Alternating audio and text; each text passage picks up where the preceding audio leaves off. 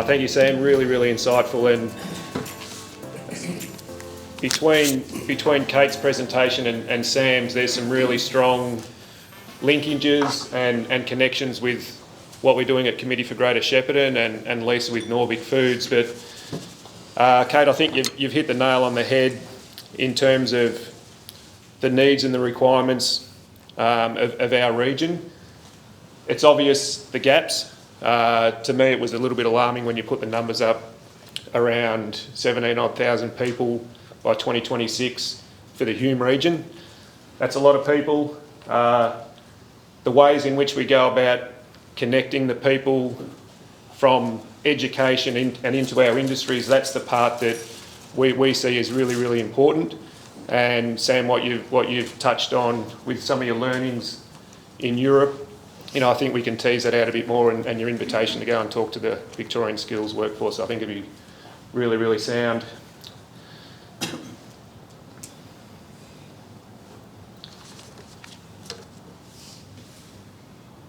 To bring all that together, and there's the growth part, so attracting the new talent to the region. There's talent here, but we also need to go about ways of bringing that talent into the region as well.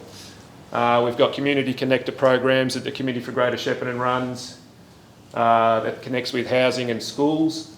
There's growth through our own education, learning and training, and we've got to try and limit the leakage here. There's really, really good job opportunities and pathways within the region, and we've got to sell that, and we've got to get our young people and get the people that are looking to establish careers tied in with those pathways so that they don't think they've got to go somewhere else. The activation, as I touched on, those pathways into the employment, the aspiration days, the careers days out, which I think a lot of us participate in here. Work experience, really, really important. Even in our own industry, or our own company, we've got an open door. Anyone that wants to come and do work experience with us in year 10, come in.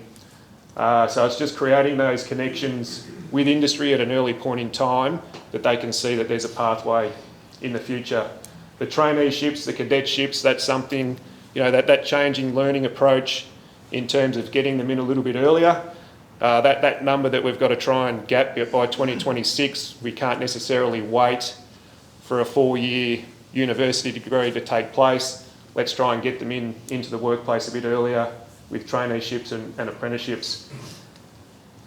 The obvious obstacles in that participation, housing, something that Committee 4 is working with a lot of industry and council really strongly on. There's a big gap in housing, so the 19-odd thousand or 17-odd thousand people we need by 2026, we've got to house them somewhere.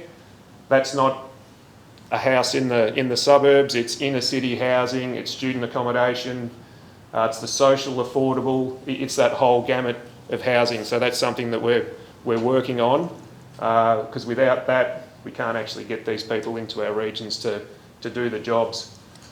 The childcare, the after school care, and just that flexible learning the flexible hours, I suppose, that we're talking about to try and get that participation into our businesses and communities. Thank you, Lisa. You've run a really well-oiled morning and machine. Your notes were comprehensive. Thank you, Kate. Really, really good. And thanks, Sam. Thanks, everyone.